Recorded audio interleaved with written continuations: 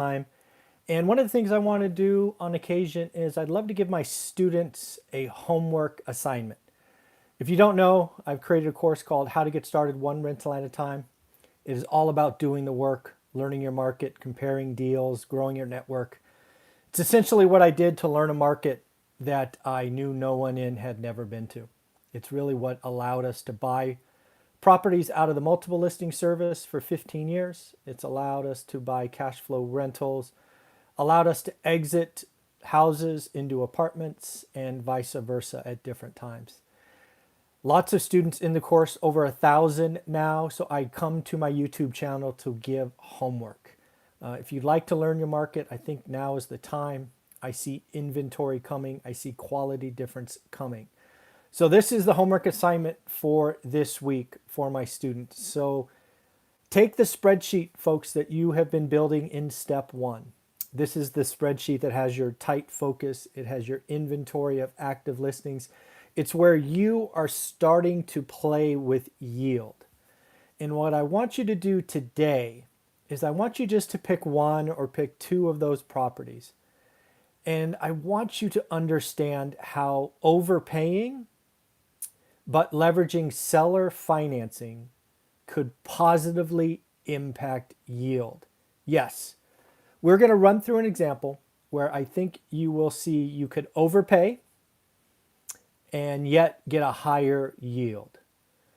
So for example, you're going to take one of your spreadsheet, one of your line items. It's probably going to assume purchase price, maybe 20% down, maybe 25% down. You'll probably assume some closing costs. Then you'll pick A, B, or C for quality, rents, all of that. If you're one of my students, you know the exact spreadsheet we're talking about. But here's the deal. I want you to take one or two of those properties, and I want you to make these assumptions. And I want you to look at the far right column and see how yield changes. First, I want you to raise the price 10 grand. Wherever you are in the country, raise it 10 grand. For some of you, that's a lot. For some of you, that's a little. I have to assume something. So raise the price 10 grand. Then what I want you to do is I want you to assume 5% down. Most of you, if you're watching this channel, you're getting your first four, you're getting bank financing. You're probably putting 20 or 25% down. Let's assume 5%. Because you are going to get seller financing in this deal, right? So your down payment, money out of pocket, is significantly less. Instead of 25% down, you're going to put 5% down. Then, because it's seller financing and you get to make up the rules, well, you and the seller, I want you to assume an interest-only mortgage of 1% for 10 years. Okay? So 1%, 1% of $1,000 is, or 100,000 is $1,000, right? For example. Still assume the quality is the same. If it's a B to start, it's still a B. If it's a C, it's still a C. If it's an A, it's still an A. Whatever that is, that doesn't change. Rent doesn't change. Insurance doesn't change. Taxes doesn't change. No other expenses change. So again, purchase price up. Down payment down, mortgage interest rate down, and then see what happens to yield. My expectation is, at least for most of you, yield goes up, and for some of you, yield will go up significantly. This is the power of seller financing. And this, I believe, is going to become an option for more of you in 2021. Seller financing was really, really hard in 2020. No inventory, sellers could throw anything on the market and it would sell. I believe what is happening already is inventory is rising.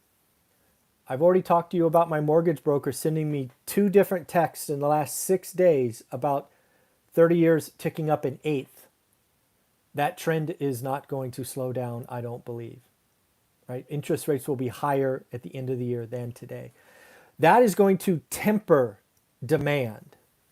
So rising supply, tempered demand, that is going to give us as investors, right, people who follow one rental at a time, the ability for the first time in probably 24 months to create win-win transactions.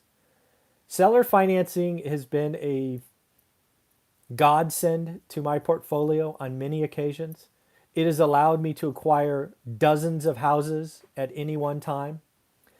It allowed me to structure deals with very low interest rates, no prepayment penalties. Prepayment penalties, you really have to talk with the sellers. I believe sellers will be more open to seller financing, especially if you could give them more money. Control the payment. Hold it for a long duration.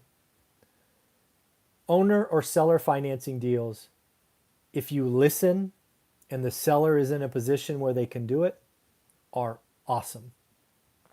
They weren't really practical in 2020. No inventory, everybody was buying. Why bother? I believe we're going to see inventory rise, quality difference rise, and that is just going to mean somebody wants out. Throw on top of that frustrated landlords. Frustrated landlords are going to want out, and maybe they've owned it for 20 or 30 years.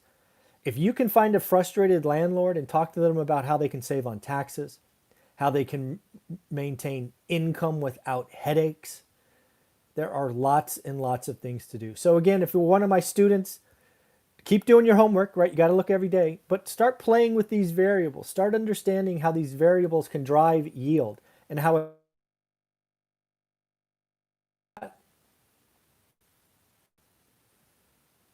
Sorry about that. My phone alarm went off. My bad. So again, what I wanted to say is play. If you're one of my students, do your homework, understand how these variables can drive yield. That's what we talk about. I'm pointing that way because it's the far right of the spreadsheet. Let's have some fun. If you're not one of my students yet, what's holding you back? It's $200. Learn your market, do your work, do the homework. If you do buy it, make sure you join. If you're on Facebook, right? Big ifs these days. There's a private group where I monitor. It's called One Rental at a Time Works. Join the group if you buy the course. At the end of the day, have fun. Make sure you do your homework. Play with these numbers. And again, my students, we talk on Saturday. I'd love to hear from you on Saturday. What did you find? Ask questions about seller financing. I think that'd be a great discussion on Saturday. Again, I've used seller financing to buy apartments. I've used seller financing to buy houses. I used seller financing once to buy 4 houses, 2 triplexes, and a 4plex from one frustrated landlord. Again, seller financing or owner financing is a skill and a tremendous value. And if you do it right, it really impacts your yield. Take care. Bye-bye.